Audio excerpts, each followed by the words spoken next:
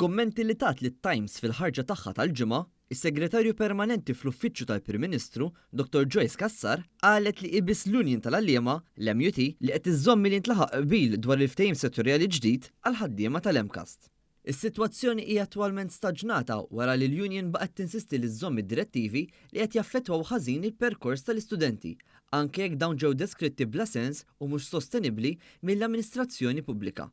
Fost l-oħrajn, il-President tal-MUT stess, Marco Bonnici, ikkonferma waqt protesta quddiem il-Ministeru għall-Edukazzjoni nhar it-Tlieta li talbet għall-ħlas ta' 400 euro għal kull karta tar-risit fost l-oħrajn. Ma vera għamiltu din it-talba?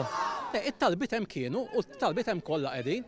Is-Segretarju Permanenti fl-Uffiċċju tal-Prim Ministru Dr. Joyce Cassar ikkonfermat dan ukoll fl-artiklu tat-Times fejn ħabbret li din il-proposta flimkien mal-proposta ta' 10 ijiem iżjed leave huma wħud mill-proposti li tresqu. Iżidet tajt ukoll li mhuwiex fir-rwol tal-Union li tiddetta fuq kif għandu jaħdem il-Gvern u li mhix responsabbli mid-dewmien biex jintlaħaq ftehim bejn il-partijiet. Iżjed minn hekk saħqet li fl-aħħar 8 ġimgħat biss saru 15-il laqgħa għal dan il-għan u wara l-aħħar waħda ittieħdet id-deċiżjoni li jridu jiġu sospiżi d-direttivi b'rispett lejn l-istudenti, xi ħaġa li l-MUT ma laqgħetx.